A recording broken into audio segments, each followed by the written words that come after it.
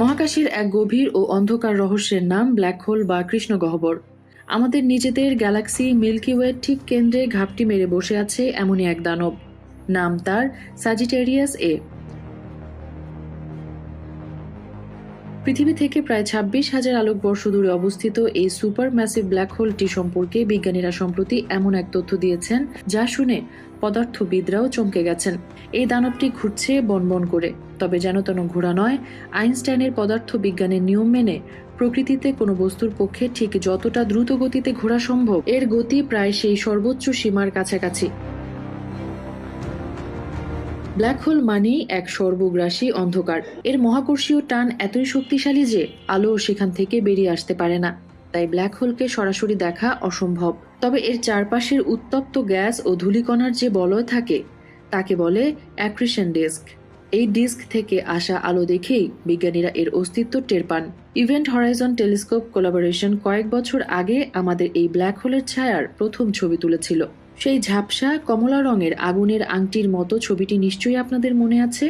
সেই ছবি ও টেলিস্কোপের ডেটা থেকে বেরিয়ে এসেছে এই নতুন ও চাঞ্চল্যকর তথ্য। তবে কাজটা মোটেও সহজ ছিল না। পৃথিবী জুড়ে ছড়ানো টেলিস্কোপের নেটওয়ার্ক থেকে পাওয়া ওই অস্পষ্ট ছবি দেখে ব্ল্যাক হোলের ঘূর্ণন গতি বের করা অনেকটা খড়ের গাদায় সূচ খোঁজার মতো। তাই বিজ্ঞানীরা এবার সাহায্য নিলেন আধুনিক প্রযুক্তির। নেদারল্যান্ডসের র্যাড বাউড ইউনিভার্সিটি এবং জার্মানির ম্যাক্স প্ল্যাঙ্ক ইনস্টিটিউটের জ্যোতির্বিজ্ঞানী মাইকেল জনসনের নেতৃত্বে একটি গবেষক দল সুপার কম্পিউটার ব্যবহার করে এক বিশাল কর্মযজ্ঞ শুরু করেন। তারা কৃত্রিমভাবে কয়েক মিলিয়ন সিমুলেটেড ব্ল্যাক হোল তৈরি করেন। এরপর তারা একটি নিউরাল নেটওয়ার্ককে প্রশিক্ষণ দেন, যাতে সেটি আসল ব্ল্যাক হোলের ডেটা ও সিমুলেশনের ডেটা মিলিয়ে গোপন তথ্য বের করে আনতে পারে। ফলাফল যা এলো তা চমকে ওঠার মতো। গবেষণায় দেখা গেছে স্যাজিটেরিয়াস এ তার সর্বোচ্চ সীমার খুব কাছাকাছি গতিতে ঘুরছে। পদার্থবিজ্ঞানে একটি ব্ল্যাক হোলের ভরের উপর ভিত্তি করে তার ঘূর্ণন গতির একটা সর্বোচ্চ সীমা থাকে, যাকে বলা হয় কার লিমিট। আমাদের গ্যালাক্সির ব্ল্যাক হোলটি সেই সীমানা ছুঁই ছুঁই করছে। মানে এটি তার আশেপাশের স্থান, কাল বা স্পেস টাইমকে প্রচণ্ড শক্তিতে নিজের সঙ্গে পেঁচিয়ে ফেলছে। বিজ্ঞানীর ভাষায় একে বলে ফ্রেম ড্র্যাগিং। গবেষণায় আরও একটি মজার বিষয় উঠে এসেছে। ব্ল্যাক হোলটির ঘূর্ণন অক্ষ সরাসরি আমাদের পৃথিবীর দিকে তাক করা। সহজ করে বললে, আমরা এর পাশ থেকে দেখছি না, বরং ওপর থেকে নিচের দিকে তাকিয়ে আছি, অনেকটা লাটিমের মাথার ওপর থেকে দেখার মতো।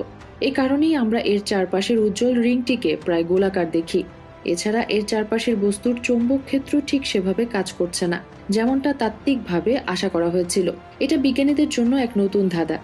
শুধু আমাদেরটাই নয়, ৫৫ মিলিয়ন আলোকবর্ষ দূরের M87 ব্ল্যাক হোল নিয়েও তারা গবেষণা করেছেন। দেখা গেছে সেটিও বেশ জোরে ঘুরছে, তবে স্যাজিটেরিয়াস এর মতো অতটা দ্রুত নয়। তবে M87 এর ক্ষেত্রে এক অদ্ভুত ব্যাপার লক্ষ্য করা গেছে। এর চারপাশের ডিস্ক যেদিকে ঘুরছে, ব্ল্যাক হোলটি ঘুরছে তার উল্টো দিকে। বিজ্ঞানীদের ধারণা, হয়তো অতীতে অন্য কোনো ব্ল্যাক হোলের সঙ্গে সংঘর্ষের কারণে এমনটা হয়েছে। মাইকেল জনসন বলেন, প্রচলিত থিওরিকে চ্যালেঞ্জ করা সবসময় উত্তেজনার। তবে আমাদের এই AI প্রযুক্তি কেবল প্রথম ধাপ। আফ্রিকায় নতুন আফ্রিকা মিলিটারি টেলিস্কোপ তৈরি হচ্ছে। ওটা চালু হলে আমরা আইনস্টাইনের সাধারণ আপেক্ষিকতা তত্ত্বকে আরও নিখুঁতভাবে যাচাই করতে পারব। মহাবিশ্বের এই দানবদের আচরণ বোঝা আমাদের জন্য জরুরি, কারণ এদের মাধ্যমেই আমরা মহাকর্ষ এবং স্থান কালের চূড়ান্ত সীমা সম্পর্কে জানতে পারি। কে জানে, হয়তো ভবিষ্যতের কোনো গবেষণায় এই ব্ল্যাক হোলই আমাদের জানাবে মহাবিশ্বের সৃষ্টির গোপন কোনো রহস্য। মেহরুম বিনতে ফেরদৌস, ৭ রং নিউজ।